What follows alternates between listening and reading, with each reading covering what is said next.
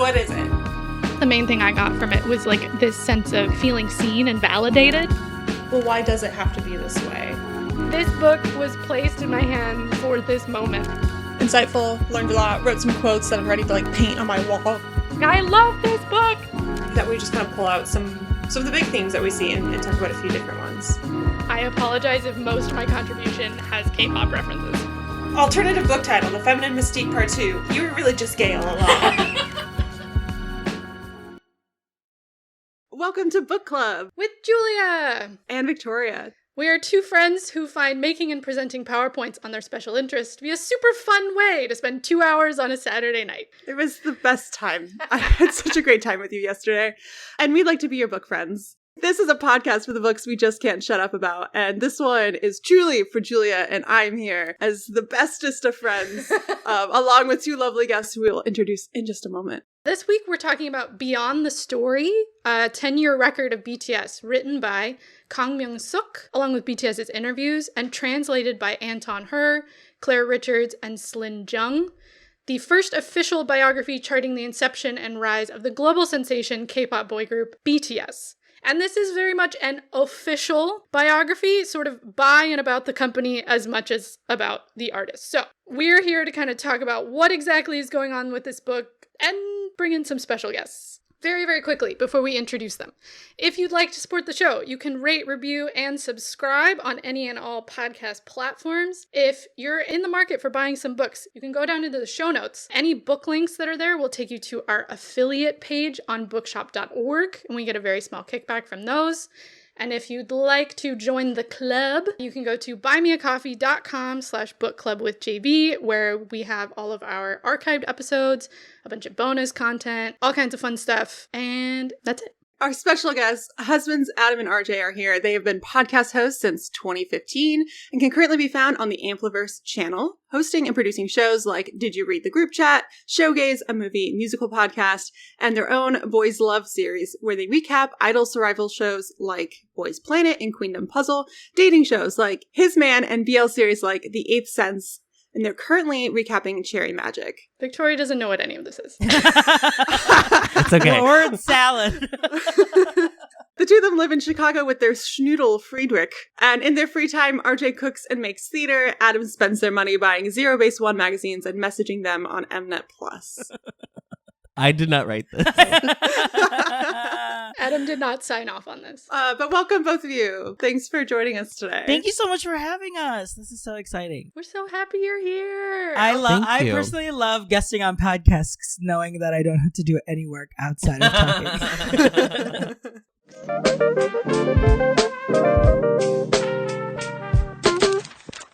Before we dive into the rest of our conversation, I'll give a little background on our book authors. Yeah. Usually it's where I jump in mostly with the author bios and background on them to give context for, where this book is sitting in the world. But this one I'm going to start with the publishers. So Beyond the Story was released simultaneously in Korea and the US on July 9th, 2023. And as Julia mentioned up front, the Korean version was published by BTS's label. Oh, they didn't use a Korean publisher? No, so they published it themselves, is my understanding, but I could be wrong. I was doing all my research in English, so there may have been literally missing facts. But anyways, it was put out by their label. And in the US, the publishing house they went through is Macmillan's imprint Flatiron. They've done a bunch of celebrity books, so like Jill Biden and Joe Biden's books. And relevant today, they've done some big name memoirs as well, like Elliot Page and Matthew Perry's memoirs. So one of my little favorite tidbits, and you guys may or may not be aware, when it was first announced that a book was coming out, it was sent to booksellers with just like big name biography coming. Like, please buy a bunch. We won't tell you anything. And the Swifties got so excited. I didn't know this. I remember this. They were like 5, because the only thing they knew is like it's a big book coming out July 9th, 544 pages. Swifties were like 5 + 4 + 4 is 13. 13 is Taylor Swift's number. She's on her Eras tour. A book is coming out to the point, like, booksellers were, like, getting hype for pre-sales already, and they didn't even know what book they were pre-selling. And so Flatiron was like, and Macmillan were like, no. Oh. And then like within a week or so, the official announcement came out that it was BTS's book, July 9th being like Army Day. It was a big deal too because it was a Sunday release, which is really odd in US publishing. Usually books come out on like Tuesdays. Correct. And so people knew like, okay, there's something special going on with the date. So a lot of hype around this book, not only from the BTS fandom, but also the Swifties just like blew up the book from the get-go. And I thought that was hilarious. I would love to have someone publish a book on Swiftie math because I feel like they can come up with any number. Oh yeah. yeah. We saw the TikTok of the Swiftie that was like, she's gonna write a Broadway musical, and then she was like plotting out all of these like things. She was like, there are three There are three billboards for- across the country for the tour. They're in these locations. Every location is on a like the cross Broadway street is Avenue. Broadway. It was like, okay. Wow. It's so cute, but it's also how conspiracy theorists take I know. over. Listen, So- Taylor Swift is keeping a lot of white women away from QAnon, and for that we must We support. have to support her. Thank you. She's getting Q and she's getting Ticketmaster. Yeah. You know? Taking them down one by Taking one. them down. Yeah, I can appreciate that. Someone needs to do it. Okay, so about our authors, Kang Myeong-seok is a longtime critic and former editor-in-chief for many media outlets focusing on Korean pop culture, including K-pop, and currently he works for Weverse magazine, which is owned by Hybe. He actually, Oh, I yeah. think he runs it. I think that's Oh. correct. Yeah. Editor-in-chief of... Yeah. Yeah. The minute I saw that, I was like, Okay, here Yeah. we go. We know what we're getting into. Listen, I didn't. Okay, Look. I'll let you finish. No, let's talk about it. I want to hear about your thoughts on the author and that choice. Yeah. Obviously, there was like, who gets access? Is there like a comparative of like the editor-in-chief of Vogue wrote about, what is their like Condé Nast? Like, is it that kind of thing? Like that kind of equivalent? I mean, I guess like Disney, like if Disney, they've written Walt memoirs and Walt biographies Yeah. before, so. It just falls under the general category of like myth making as opposed to like actual distribution of real time facts. And I do think there's a Yeah. lot of facts in this book. I don't want to take away from like what they've done with this book. And I think it is pretty impressive, but there's definitely like a level of you're getting the story they want you to tell. It's like when the family member of like a deceased person has their hand in like making the biopic about the person. It's like, oh, okay, sure. Got it. Yeah, in that way, it definitely read to me as very financially driven too, and not necessarily as much covered in the emotional driven as maybe a family member being in a biopic, like being involved in a biopic of like Right. wanting. that's true. But I guess in that case, if you have a family member that is notable enough for a biopic, you probably have some sort of like foundation or business wrapped up in their Yeah. legacy Oh, and name. sure. So Tell us about the translators because they're my favorite. yes. Mm. So Anton Hur has been noted as a powerhouse of Korean to English translation. Oh. And, well, a little background on him. He works in Seoul. He was born in Sweden, raised in Hong Kong, Ethiopia, and Thailand, but mostly Korea. Oh my God. I want to hang out with him. He sounds Yeah. so fascinating. I bet he has great food recommendations. He was awarded the title of Person of Distinguished Service to the Nation after serving in the Korean Army. Oh. Yeah, he was shortlisted for an International Booker Prize for his translation of Cursed Bunny by writer Bora Chung, which he translated to English. And for fans of this podcast, we talked about Ocean Vuong's Night Sky with Exit Wounds. Anton Hur was the translator for the Korean version of that poetry collection. Wow.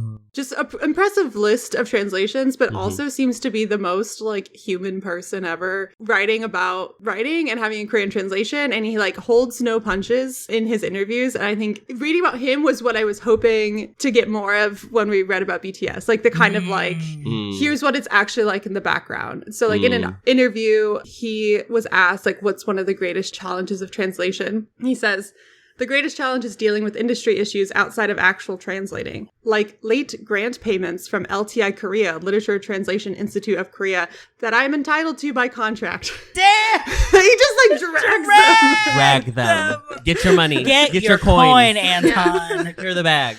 Oh my God. So He said, it's the bureaucracy that will make me quit translation someday, mark my words.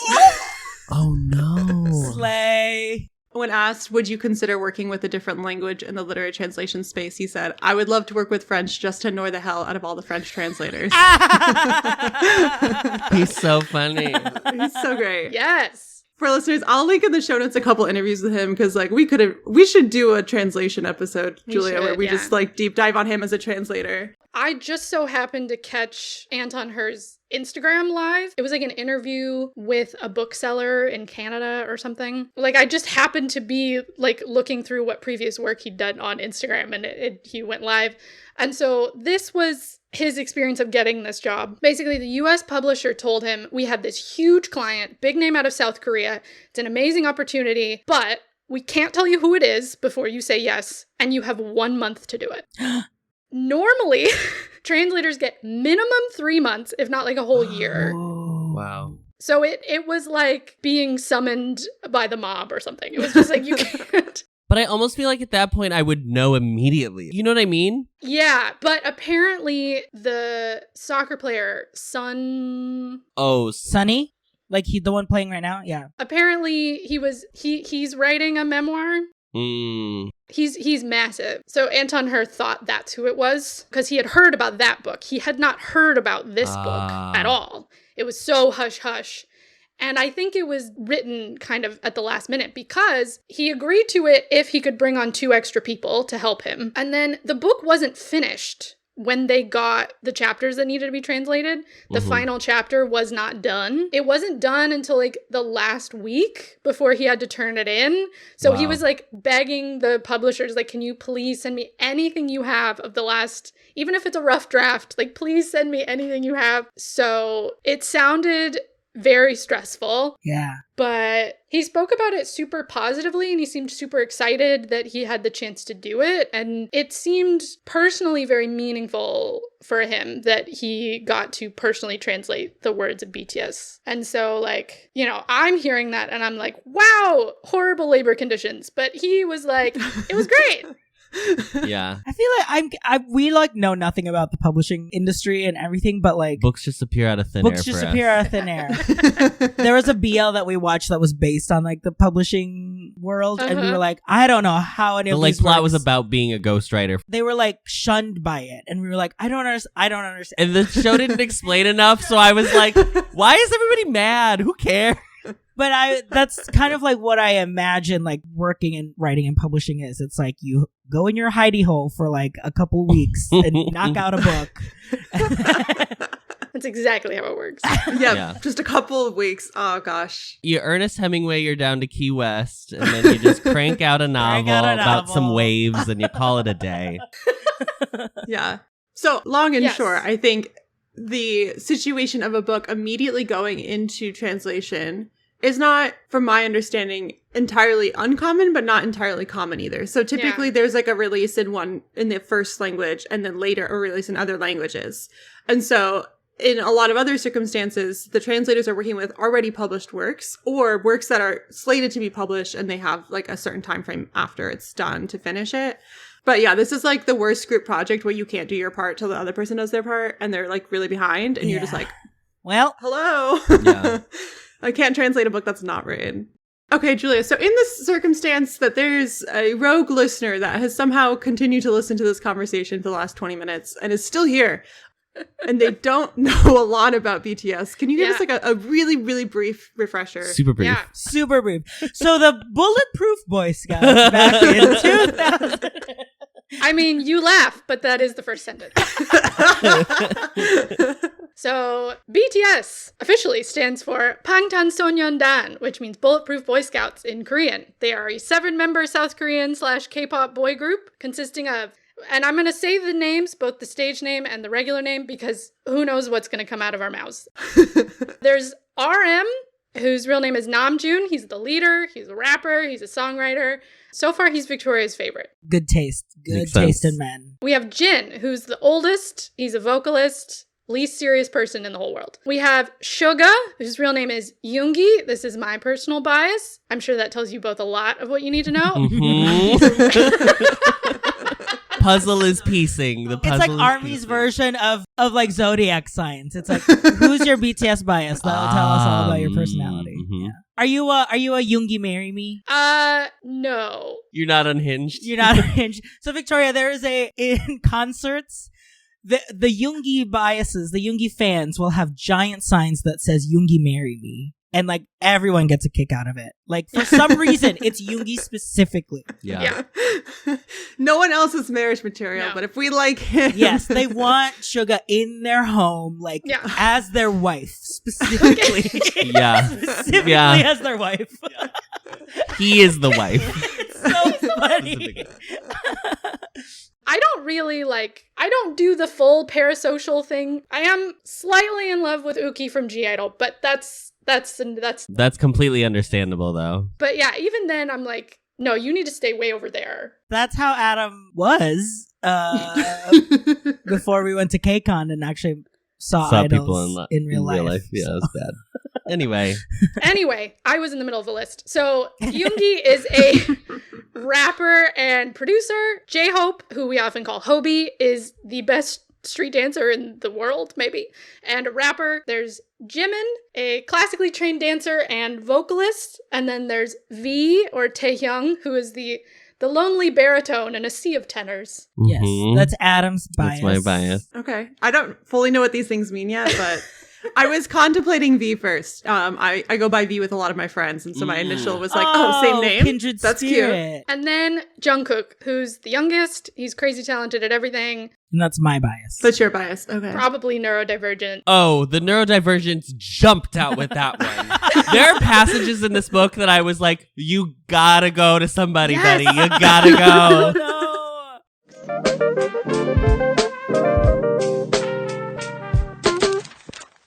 So this book sort of tracks their classic underdog journey from training with a small company in the early 2010s to debuting and facing a lot of backlash for like existing and being talented, working their asses off and releasing lots of personal behind the scenes content on social media to eventually achieve international stardom. And now how they feel kind of about taking a break for them to do their military service, a little R&R before returning in full force. But there's a lot that is unspoken, let's say, or left out.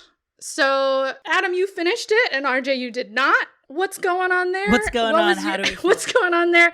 What was your experience like? We were sharing a book, so this is why we had trouble, both of us actually finishing it, unfortunately. So, yeah, we shared a book.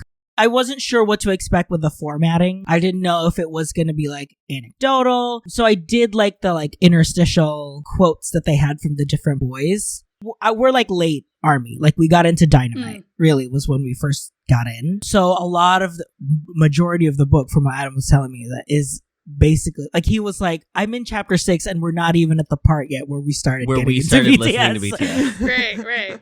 And there are 7 chapters in this book, and we were in chapter 6, and I was like, still not there. I think what was interesting for me so far in the beginning is I didn't realize that like Bang PD was already like such a respected name. But I don't know if that's, again, the company kind of like laying that in, but they were like, he was a famous songwriter, like sought after, and that these boys saw that Bang PD was making a group, and so that's why they wanted to go.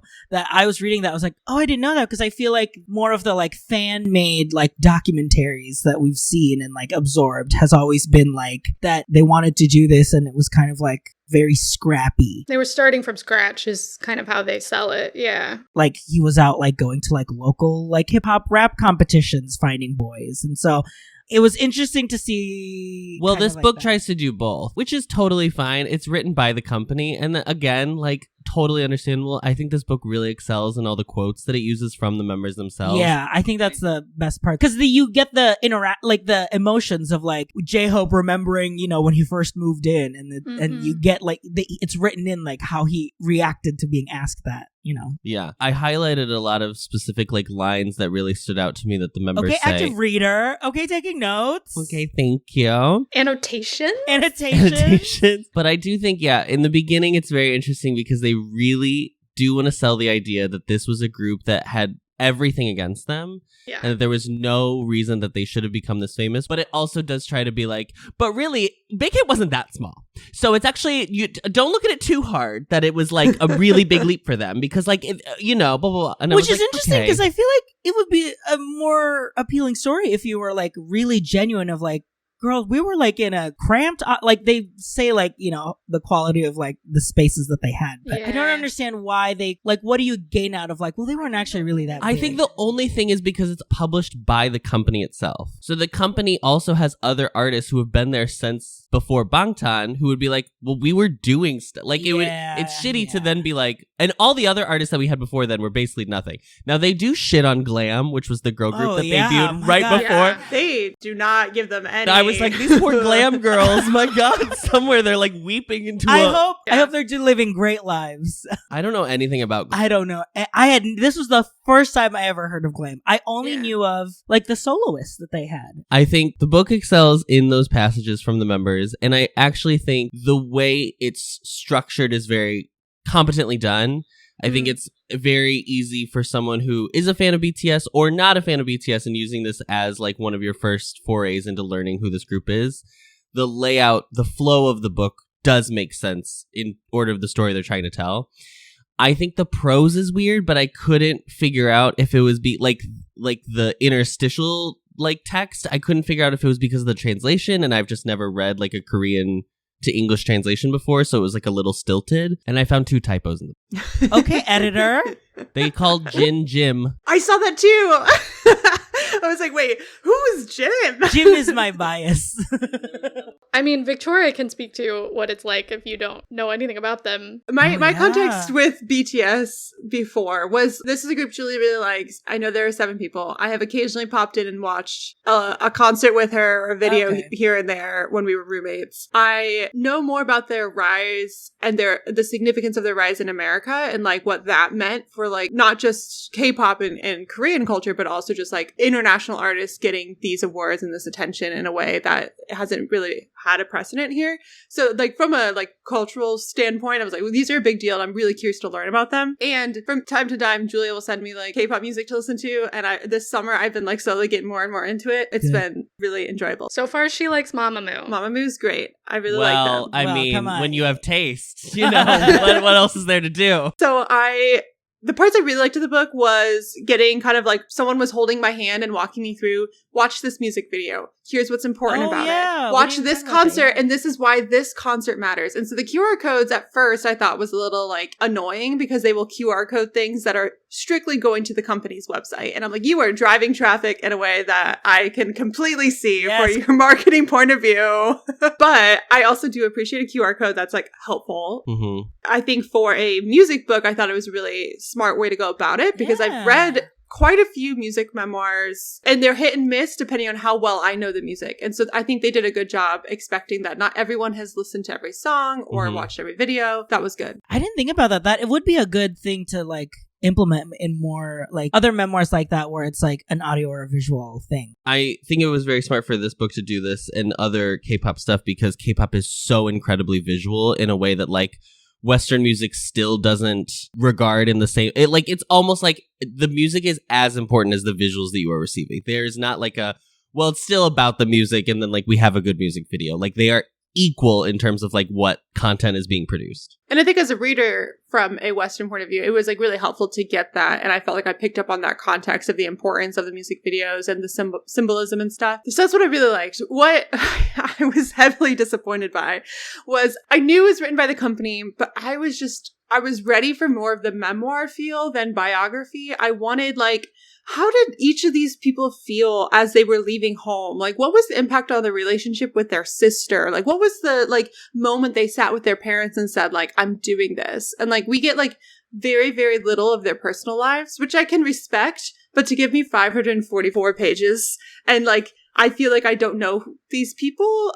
That was like what was disappointing to me. Mm-hmm. And I feel like at a certain point I told Julia, I think I'm just rage reading at this point because I want there to be a story. Like I want a story. I feel like it was like this thing happened and then this thing happened and then this thing happened. Yeah. It's a lot of summary. So much I'm summary. looking at the like it's called Beyond the Story, but then the tagline is 10-year record of BTS, which I think they want to give you more than what you know, but it's also just literally a record. These are just what happened in between those events. Mm-hmm. I'm like, well, these are just data points. So the interviews did help, and there were certain passages where I started like skim reading chapter 5 yesterday. And so I would like read a bit to know what we were talking about and then skim to see if I liked any of the interviews to then like back up and get the context. Read smarter, not harder. Yeah. I was like, I'm not going to make it through this book, but like we could do what we can. So yeah, that was my experience. I think for someone who doesn't have like a BTS background, I see it as a little hard to like stick with it. That's fair. Because they don't give you a lot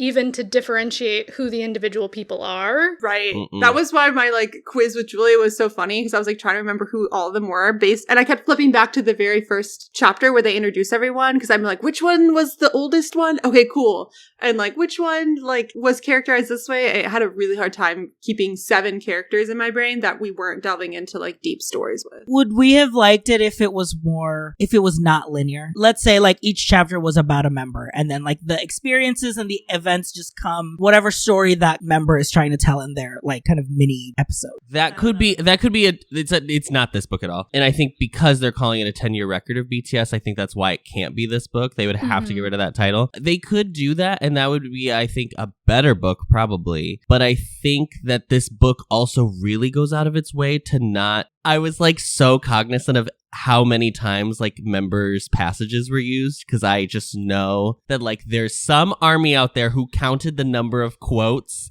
to be like who got left out, who got used the least. Yeah. So there was a part of that, but I also thought like this book really doesn't try to individualize the members in any way. And like the only solo thing that it talks about, besides like the solo songs that are on the actual BTS albums, they talk about chicken noodle soup.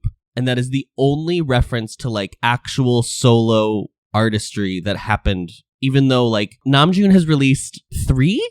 He released 2 mixtapes and an album. Suga released 2 mixtapes and an album. They reference in an annotation at the bottom that Jack in the Box came out last year, but they don't actually like discuss it. I mean, they do give some credence to the solo work and like subunit stuff. But I thought it was very interesting that it really is like, but it's about all 7 of them as a collective unit. And their quotes are often applied to each other's feelings. So they'll quote one person, but they're like, but this is how they were all feeling. Yeah. To me, I immediately felt like I was reading a Rolling Stone article that was 600 pages long. Mm-hmm. It definitely felt like a journalist and not a memoirist, the way that... I'm nodding my head vigorously. Yeah. Yeah. The way that he is very concerned with not having feelings about anything and citing a bunch of sources and data points, and like it's very impersonal in a way.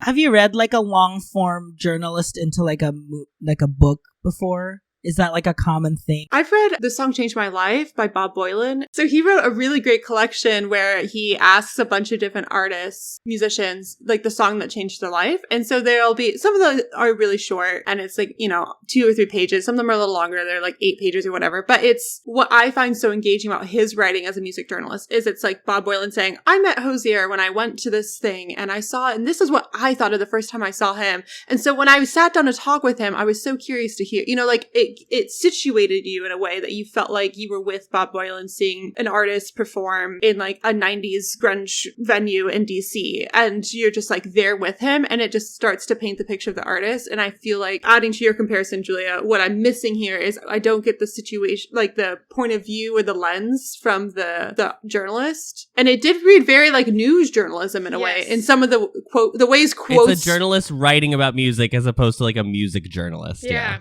It felt like this could be like a journalism thing, but it felt like he was not allowed to have a point of view. And if he did, it was the company's point of view, that he was maybe a representative of them and was then compiling these interviews. And so I think my favorite chapters were 4 and 5, which was Wings, and then the Love Yourself series. The hard period. Yes, because I felt like there were the most personal stories in there. It was frustrating to me that it took that long to get to stories that I either hadn't heard before or hadn't gotten their point of view on, because a lot of the narrative felt like very similar to me to the YouTube videos from the big sort of army creators who sort of compiled all the things that happened to them, all the news stories. Rise of Bangtan. Yes. It felt a bit like that. except in certain ways we got even less. Like there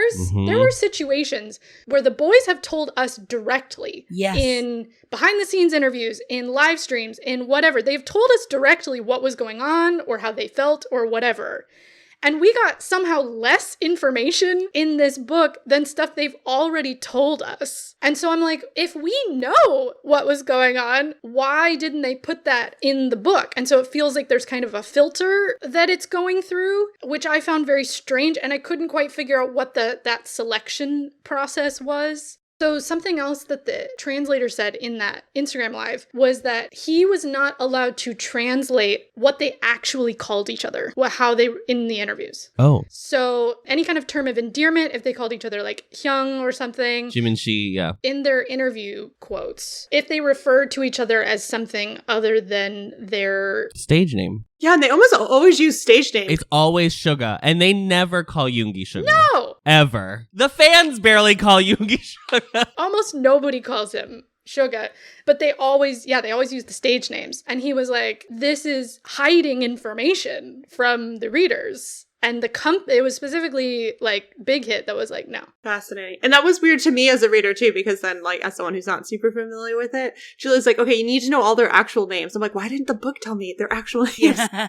There was like one quote where they do translate and they don't do stage names because someone was saying, I have them saved in my phone as, and it has like their full names. Mm-hmm. But also that's kind of silly because I feel like the comedic element was that he never changed their names from the very formal like full name. Right. Having this context, it's like even odder that they like included that part and they were like not talking about their which is even weirder that they talk about it because they reference in the book that so much of the K-pop like group appeal is the familiarity that the fans feel that the members have with each other. And like that's why you get attached to them, is you get to watch them like be themselves with each other and like be comfortable. The more I'm talking about, the more I'm realizing they're also they tried to make a memoir, and that's what they're doing with the quotes. But they're also, by it being like, and now we're going to go data point by data. I would have just rather had it be like, don't use new quotes at all. Don't interview the boys in any way whatsoever. Do data point by data point, but then use all of their actual text at the time and just translate that. There are only like, I think a couple instances of them actually pulling quotes from like outside interviews. There's like a long one with V at the end. But like other than that, it's like the song lyrics. And that's pretty much it. They don't like really reference anything externally. It really is like it's how the album's getting made. But then I just wish it was like, here's how the albums got made. And like instead of trying to, why did you call it Beyond the Story? Because it's not Beyond the Story. There isn't even a story that we're going beyond. Right. Yes. It's Beyond the Story because we're actually moving past narrative structure. We're so postmodern that we're... Stories no longer exist. Yeah. No, yeah. We live in ephemera. Yeah. Well, that was something I found interesting. I asked Julia, I was like, oh, so all these interviews, they're splicing together from like, how they felt at the time. And she was like, no, these are all new interviews. This is them reflecting back on this time. And I was like, oh, that's weird because the book isn't telling me that it's so reflective and it's not highlighting that this is new information. So like part of me is like, these guys sound really busy. Like I wish you didn't take up all their time on these interviews that don't feel very different to me. And I would be curious to hear, a member now reflecting on a certain time period and a quote from them then. Like, oh, back then you said this. And you're looking back, it's like, well, looking back, I feel differently. Or I was surprised to hear that was something I said. I don't even remember what I said. Like that's the juice I was looking for. It feels like they're trying to be like, the song lyrics are what they were feeling at the time, and this is them looking back at that. And I'm like, yeah, but song lyrics aren't, for BTS specifically, like, because they write their own song lyrics, like, there is a representation of them in those lyrics, but also, like, songs exist outside of, like, the specific moment. Like, there's also, like, a poetic narrative structure that has happened with song lyrics, so it can't... And the thing that drives me crazy is, like, anytime they do, like, even if it was just a story of how they made their albums, right? Fascinating, because they're so involved in the process. Yeah. Except when we get narratives, like there was one that particularly frustrated me, where it was the story of how Jimin's solo song Lie came about for the Wings album. Mm-hmm. And the story that we get told is he went to talk to Bang PD and he was having a hard time, and the song Lie they came up with the concept of it. That's it. That's the story we get told. I'm like, why? A, why even tell us? B, like, that's not a story. That, like, Right. I want to know, like, what were the ideas? Like, I completely understand being like, well, that was really personal. I don't want to talk about it. But then why? Why bring it up? Why even? Yeah, why bring it up? And like, are we supposed to just intuit? Because the lyrics are incredibly suggestive. There's a million ways that you could interpret it, but it's like very like, It's about living a lie. And take that however you want. And take that in whatever direction you yourself, listener. Yeah. How close was this to the GCF film? Okay, well, that's the other thing. Yeah. RJ, I need to talk with you about this. They talked. I literally was reading it last night, and RJ was working on editing an episode, and I turn around and I go, they are now talking about the Golden Closet film Tokyo, the Tokyo trip. And RJ was like, what? And I was like, it's very surface. They just talked about how they went. The video, they shot a video and it reflects like just a lot of like hardships that they were experiencing. Sorry, I can't wait for you to watch this film. What did they QR code it? I sent it. Yeah, they do. Yeah, they do. I was shocked. Julia, your interaction with the book in terms of like the QR codes, all of them, some of them, none of them. Like, how many did I click on? Yeah. So I started off like real gung-ho of like, I'm going to do all of these. I did too. Yeah. I can tell you the exact one when I was like, oh, I'm out. Yeah. I read it on my phone on like the Kindle version. So it was just direct links. You just so it was tapped. actually, I just cool. tapped. That's nice. It was very easy. But at a certain point, I was just really desperate for any new information. Like I really wanted to get some more juicy story.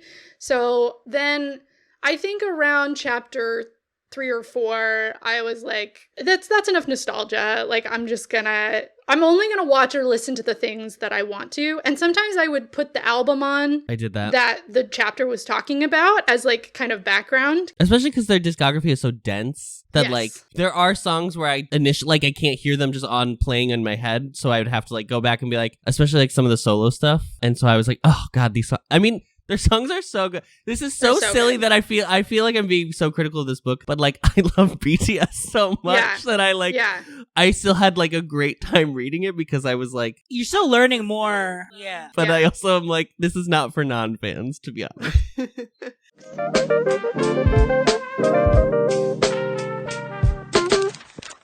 We were talking about like the silences or the kind of the things that we kind of skirt around. There is a section of the book called Bohemian Rhapsody where Namjoon compares their experience of 2017 and 2018 to the experience that they had of Bohemian Rhapsody, and that the film came out at the end of 2018. Yeah. And he was like, wow, this has been like our most recent experience as a band.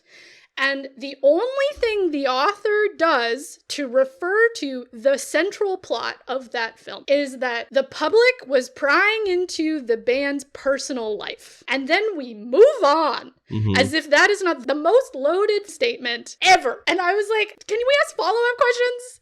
The fact that they brought that up and then didn't, I mean, I know they can't address it, but I was losing my mind. I was like, why would you mention this? I just felt like even in general, I felt like it did not, they do so much lip service in that whole chapter of being like, they were on the verge of breaking up, but like never actually addressed what each member's concerns were. They were like, they all just had this vibe that it wasn't going well. And I was like, okay, but like, there's just a lack of specificity in this book and specific things. The other one that really bothered me, because you brought up the question of like, what did you feel was left out? But they go into the whole thing about like the cyberbullying era of like 2016. Yeah. Which if you are in like ARMY, 2 sentences. it is like the known period of time. It's almost like you don't even talk about that time. It was so awful for them. And it was bad for all ARMY online. And also social media is a scourge. So I felt like the book very specifically just generalized. It was like there was just general hate about them by not specifying what the hate was. And not that you want to necessarily give voice to those horrible comments, but like you have to contextualize. I mean, I guess it's for fans, so we already know what it is. So I guess why? But then why write the book? Like, I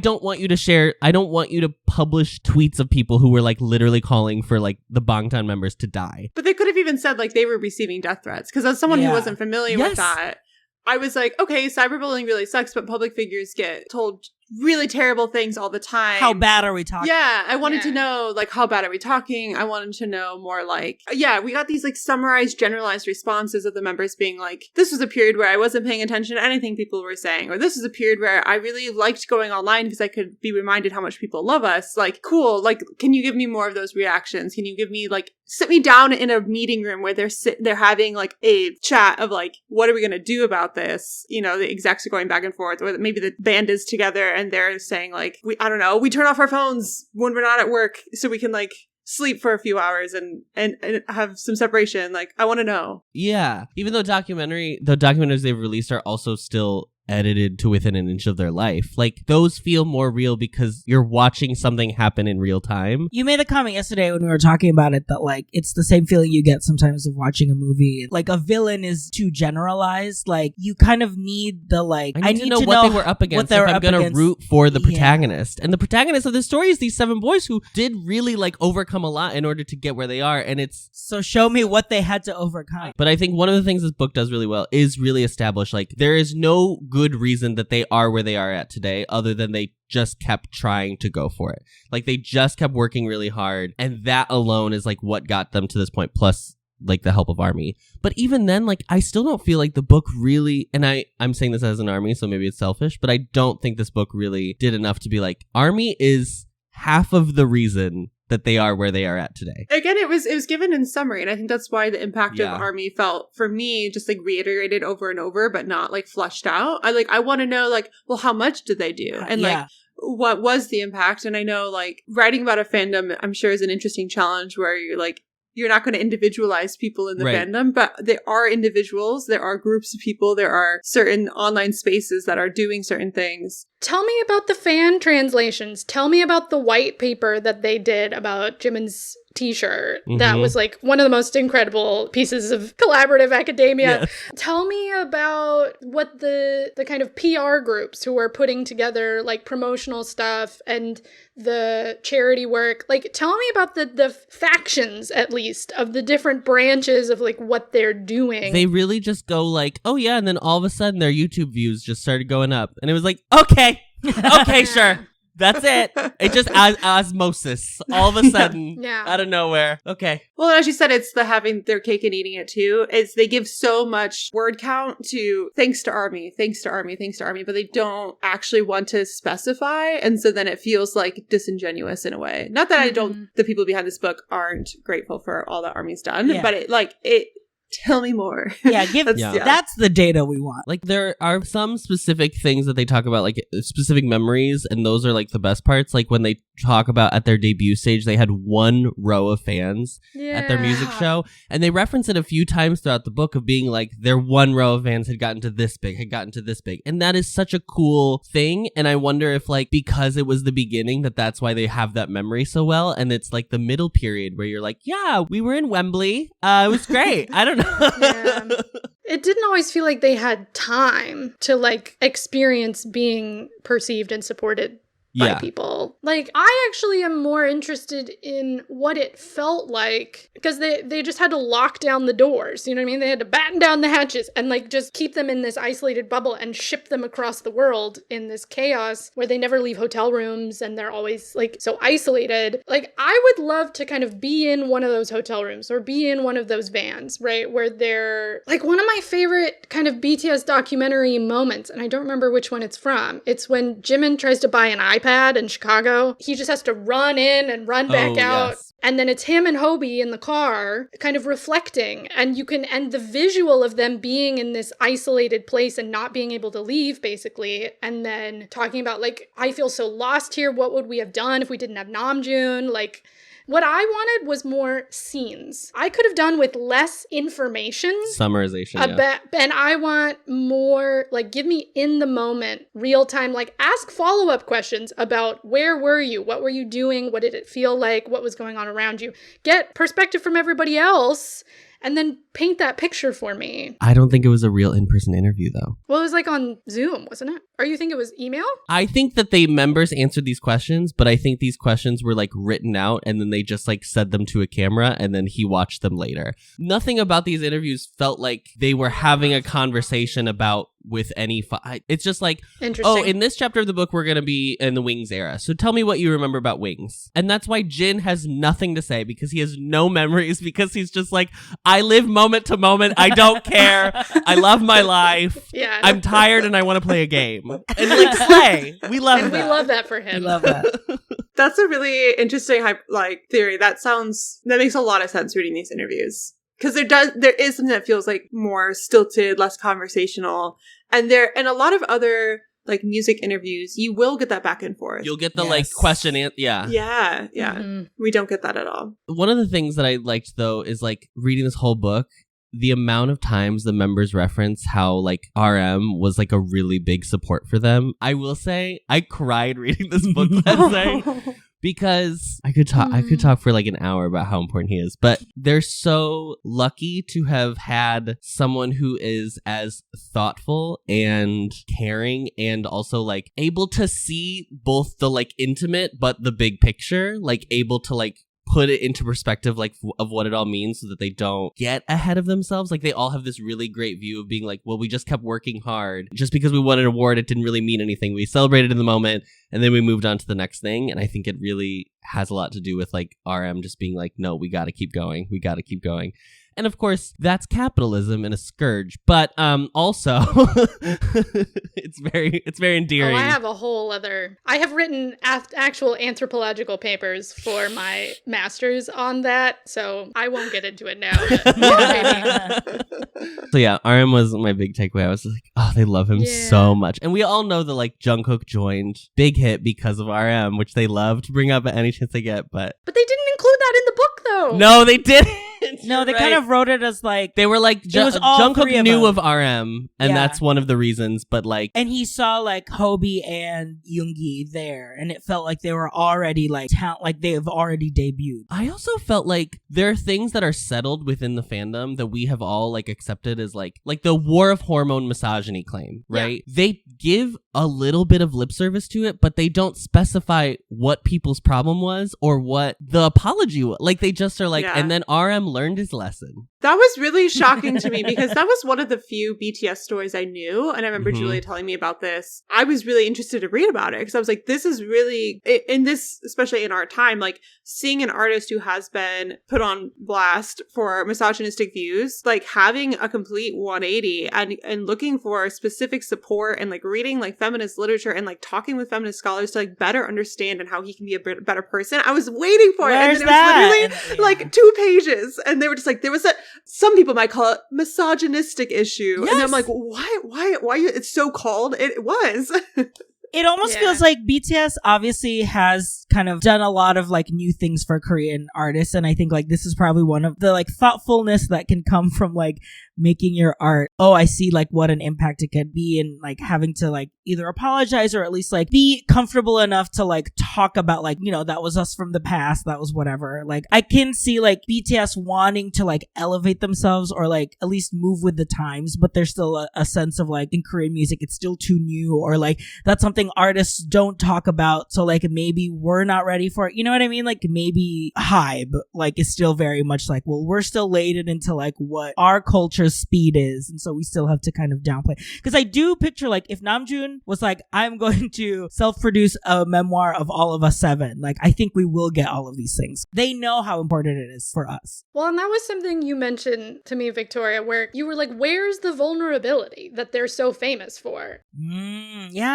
They keep telling us in the book that part of the reason that they grew to such popularity is because they were on social media being real. And that is 100% true. And I think they maybe regret how real and to what extent they've made that content a little bit. That's where I was like, the fans have more information than what this book is telling us of what we're getting in summary from this book. Because like, I know how vulnerable they've been. And in my brain, as I'm reading, I'm filling in details that the book has not told me. That's what I felt like. But Victoria didn't get that. She was like, okay. Yeah. Okay. You know? They like talk about the Sewol ferry incident. and like reference it, but then they're like, but the song has nothing to do with it, to be clear. That was the song really has weird nothing to to do with it. And like Big Hit has never said that it has anything to do with it. They donated funds to the like families of the victims, and ARMY put puzzle pieces together, and whether or not those are true, it was just weird to even reference it, because I'm like, If you're your just gonna company say it policy is that it has nothing, it's not about that. Like RM has been like, the song is actually just about like friends that I feel like I've lost because I became an idol. Don't capitalize on it then. Don't be like, yeah, we did do it, but you didn't. But then say you did if it really was, like, just say it. Just say it. Just say it. Just say it. And then at the end too, in chapter 7, that's when you get to the pandemic. And I was like very ready, because they have been, especially like in the past like 6 months to a year, they've been really open about how hard the pandemic really was for I think them. like and that they were August like D too, like in his document, like he showed, and like, even in Sushuita, he like Yoongi has talked about like how he like went home and laid in his parents' bed and like wept and cried and slept because he couldn't believe it was like all taken from him. It's actually the most frustrating part of this book for me was I was like, because this is also when I became an ARMY, I was ready for them to like have an honest coming to terms of like, this is how we felt during this whole thing. It does not talk about it. They talk about B, and they talked about how like they really wanted to be in person with their fans again. And that is it. There is nothing like, personally, it was very hard. Personally, I cried. Like nothing. It was crazy. And I was like, this just happened. This was 3 years ago. Also, it's like we all experienced how hard it was. So like there Right. could have been something so powerful Literally the to whole be. world. Yeah. And like they went above and beyond during that time, trying to be the like good face for everybody to like live through during like, that it's time. Still okay. Yeah. It would have been nice to be like, even though we knew we were like the rock for ARMY, it was very hard for us at the time. I don't think that would have been a bad thing to share. But it's also interesting to hear, Julia, you say that chapter was like the last thing written and like not even done when the translators were working on it into English. So Oh yeah. curious, like what just didn't get in there, because What didn't get in? lack of time. One thing I was thinking about when I was comparing this to other books was that, like, obviously all memoirs or autobiographies are written while someone is still living their life, but often the cutoff point is set at a point that makes sense for the narrative arc, or they just have to pick a point and say, like, okay, I'm going to end this book at this point. And so writing it all the way up to 10 years is like a little odd, because you get a mix of like, we have a lot of reflection and we don't have very much reflection. One of my recommendations of music memoirs I love is Hunger Makes Me a Modern Girl by Carrie Brownstein. And it's so much about her experience coming up with her band, Sleater Kinney, and like, is such a good book. But Carrie Brownstein's also like an actress from Portlandia. And Right. like, that's how a lot of people know her, but that's not what the book is about. So she picks a cutoff point and she focuses on her music and her personal life and how they interweave. And there's definitely, it's not like all encapsulating, here's every fact about her professional career. Cause like, I don't even know if Portlandia gets more than like a mention. That then she eventually started doing that. And I think one reason I liked that book so much, and I had a hard time not comparing the two, because I was like, oh, I'm ready for like, this is where our band came from, this is what it meant for our lives, and like, you know, kind of picking a point to like wrap things up in a narrative way, but instead they're like trying to get as close as they could to the publication date, but then still like left out a bunch of stuff, because obviously there's a lot of stuff that has to happen between when the author submits the manuscript and the printed versions that land on the bookshelves. But yeah, Adam and I, like, whenever we come across like media that's like biographical in nature, like I feel like movies specifically are the ones that it's always a hard sell for us, because it's always I hate biopics. so hard to make a biopic, because it's like you're trying to tell the entire story rather than just trying to tell a story. Like, I love biopics. I think it's more successful in theater, to be honest. Like, If it's about a specific moment, if it's about a specific like a moment, Frost Nixon, great. Give me like that pressure cooker style, like what happened in this one moment, but like maybe like that's when something clicked for them that like changed their career or whatever. And so I think like even in reading biographical stuff, like I always kind of have to always ask myself, like, what are they trying to tell their entire story, or are they trying to tell a specific story? The only other ones that I've read that I really would love to recommend is The Meaning of Mariah Carey memoir. It's so good in a way that like you kind of knew some of the stuff that was happening, obviously, like in her career with her music, and Tommy Mottola, who was like her manager / husband, I mean, she doesn't skimp out on those details. Like, she's like, this is what I had to go through at the same time trying to like fit this mold that I was creating because no one had seen kind of like a Mariah Carey at the time. So like, I love that because it was obviously like from her, like it was her account, but also it owns up that like the audience already knows what has happened. So I can just kind of go into like specific moments. Right. Like, the audience knows the public facing version, so we want the personal one. yes. Which I feel like here was like, We got another public one. we got another Wikipedia record, basically.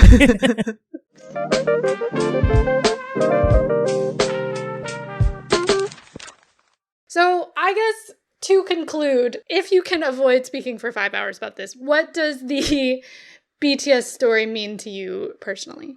Well, Victoria, I know you have a lot to say. For me, what always stuck to me about the BTS story is that it's a play about... It's a play. It's a play.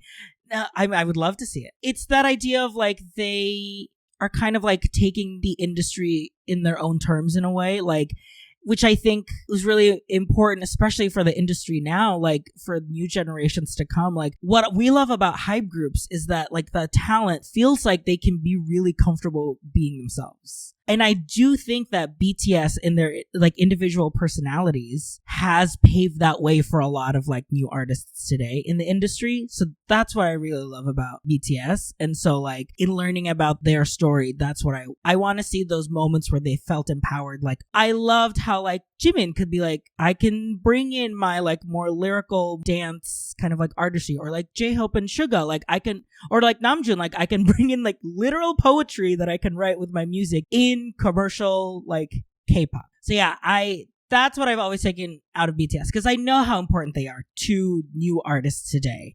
And I mean, like, not to bring it back to like idol shows that we've watched, but like in Boys Planet, like you see these trainees who are being very much authentically themselves. And I want them to know that they have a space in the industry, that they don't have to kind of like downplay anything that makes them unique in order to like quote unquote succeed. And what do you mean by that, RJ? I would refer to... And what's the coded phrase? We have a lot in common. Is that what it is? Oh, yeah. Oh. That was in the book, by the way. There's a Jimin quote. He says, Jungkook and I have a lot in common. I was like, that's the line!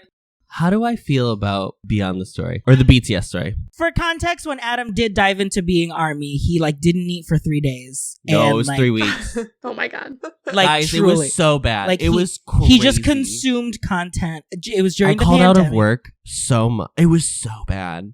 I have written about this for our channel. Yes, there is an Ampliverse essay about why Adam loves BTS. We'll send you the link. We'll so link you can, it. yeah, put it in the show notes. Yeah. And really, I mean, I'll just give you the TLDR. BTS and like now broadening into full K-pop is the first time I felt like I had ever seen men be sweet and kind and compassionate toward each other without there being this big ghost menace of being like perceived as gay. And I used to like at the time when I first got into it, I was like, it has nothing to do with like even like a physical attraction to them. Like I was fully like a baby in the world seeing like color for the first time. Like I was like, but I'll say this, in Dynamite, which is the first music video I ever saw, the moment in the bridge when Jimin does his little solo and then Jungkook does his, and Jimin jumps on Jungkook's back.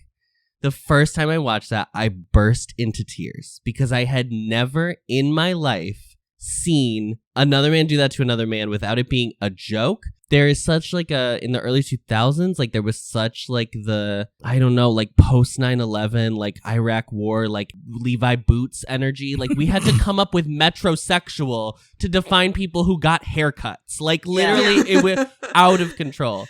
And so to see that and have people just be like, oh, but they're still one of the most powerful groups in the world. Like it has nothing to do with that. I just like, I didn't even know that like existed. So that's why I'm insane today. I can't never not stand them probably. I just feel like so emotionally attached to them. They have like unlocked something. They unlocked a joy that I never had experienced from music before. I was like a musical theater girly. That's true, yeah. But I had never like followed specific groups or anything. I mean, like I love Beyonce, but I'm also like a living, breathing human, so it's very weird to be like anti-Beyonce. I feel like I owe them so much. Is that really sappy and sad? It's No, beautiful. it's great. No, I like that. I like hearing your guys' perspectives. I think for me, the BTS story that I've gotten from this book and just like from my other like adjacencies, I don't know. I just have a lot of respect for them. I think it's not even interesting to state like how much of an influence they've had, like just because they're just like they've like changed the game in so many ways. And I think like everyone needs to know who they are because they're impacting our lives, and like everything in the entertainment industry is like being impacted by BTS and Hybe and stuff. And like, especially now that they, bought American companies and whatnot. Like, it was very funny reading about Ithaca Holdings in the book because I was like, girl, it's Do not not going say- well over there right now, honey. I was like, do not say that man's name. Do not Scooty. Scooty.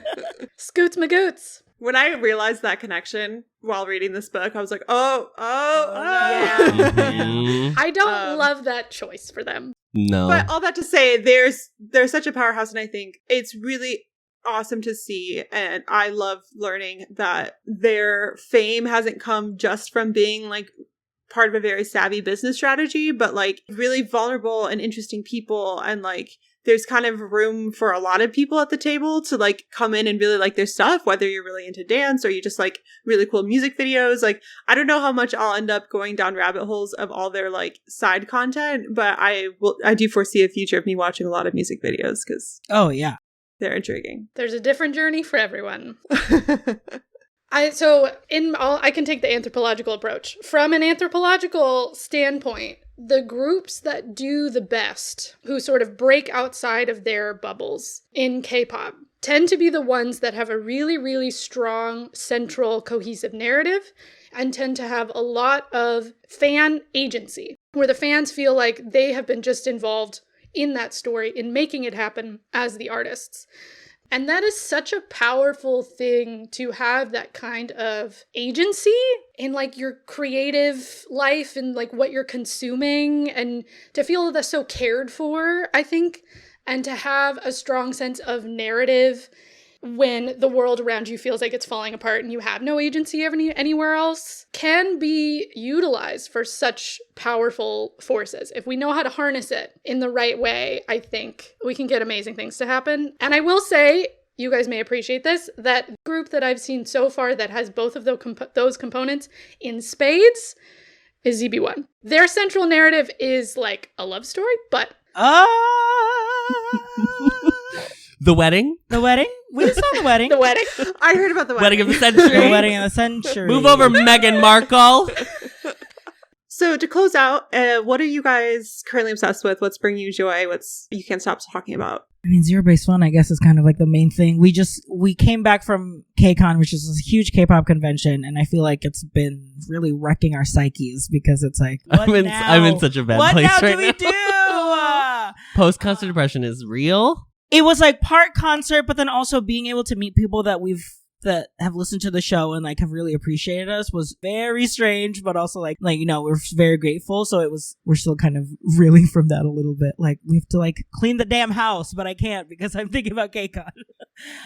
So that's kind of like, we're still kind of on that high. We're about to like do new shows because we just finished one of the shows. We recapped Queen on Puzzle, so we're going to start watching an old Survivor show called Island, which formed a current group right now called Enhypen, which we are big fans of, and so we're kind of getting excited to do that. And before we announced it, everyone has been like, oh my god, you guys need to watch Island. And then as soon as we announced it, there have been people that are like, I don't know if you guys will like Island. I think Island's bad. Island's bad. So we're just like, Cool. girls, what are we doing?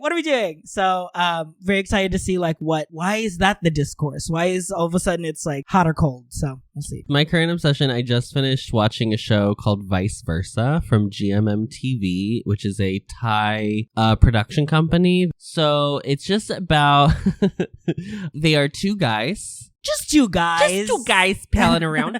And they both have near-death experiences, which cause them to swap bodies with another person in an alternate dimension. Classic BL. Classic. I mean, like, Tales all this time. And I don't think the plot is good. I want to clarify this. I'm not recommending this as like a thing you should watch. I think their chemistry is oozing through the screen. And I value that a lot in my BLs. I don't necessarily need like a strong plot as long as we get from point A to point B. You know, I'm fine. I'm a gay person who needs gay content. I can't be picky. I will sneak in the last thing I'll say is the last series of books that I read that I have been obsessed with was the Before the Coffee Gets Cold series about this cafe where there's a seat where you can go in and travel back in time. I loved it. I ate up it's a series of 4 books. I think the 4th one just came out and it's about to be translated. So highly recommend. It's such a cozy read. Yeah. I literally just saw that in a bookstore and like took a picture of it that I like. There you go. It's meant to be. For me, I mean, the Red, White, and Royal Blue movie came out 2 weeks ago now. Yes. Did you read the book? Did you read the book? Oh, yeah. Oh, great. I read the book. Adam did not. I've not read the book yet. And I'm not normally a romance person, but I absolutely loved that book. I've read it like 4 times. She owns like 4 copies by accident, but also on purpose. It's a fun story.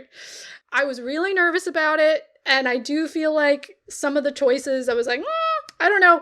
But they put some kind of drug in that movie because every day I'm like, should I watch it again? I know a lot of people like this. For like the first week, it's worn off. But like for the first week, I was just like, couldn't stop. I was like, I should watch it again. And then Our Flag Means Death season 2. Oh my god, I can't wait. Just got a Oh my gosh. Our co-host from the movie musical podcast we do, Showgaze, she has been trying to convince us to watch this. So it's a good one. I really enjoyed that. Julie and I were actually, I was visiting her when we got to watch season 1, and so Julie, I guess it's your turn. Fly to me. We can watch season 2. I'll be in Chicago in October. We can watch. Yes. Okay, so recently, as of yesterday, I ran like the very baby version of the Chicago Triathlon. The funniest thing to me, and I'm still obsessed with my mental image of this, was that the water in Lake Michigan was too choppy yesterday for actual swimming. And so instead of canceling the race, which I'm really glad they didn't because my friend and I trained for a while to do this, they created a like course, but the course couldn't be like identified by buoys because the buoys were getting like thrown out of the way by the waves. So they had lifeguards stand in the water. But that meant the course had to be as shallow as lifeguards can stand.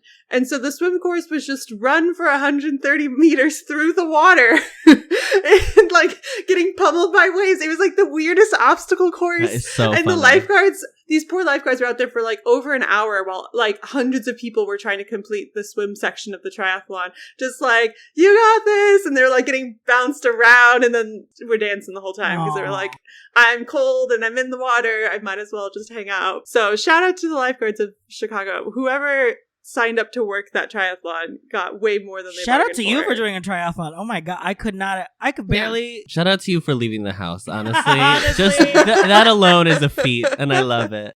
We've kept you too long, but thank you so much for doing this. This was so much fun. I could talk to you guys for forever. It was a blast. Oh, thank you so much. Thank you so much for having us. Yeah, thanks for joining us. And happy reading and viewing and listening and watching forever. Consuming all the content, friends. Thank you for listening to Book Club with Julie and Victoria. We would love to hear your thoughts on this book or the topic we discussed, so you can share your review and recommendations with us on Instagram at BookClubWithJV, on our website, bookclubwithjv.com, or by leaving a review on Apple Podcasts. You can also visit our website for show notes with links to all of the recommendations and the things bringing us joy. If you don't already, go ahead and follow us on whichever podcast platform you are listening on so that you can be notified when our next episode is released. This episode was co-hosted and produced by myself, Victoria Bruick, along with Julia Clausen. Rebecca Gasme provides us with project management support. Our music is composed by Greg Bruick, and our logo was designed by Gabby Fadland. Until next time, happy reading.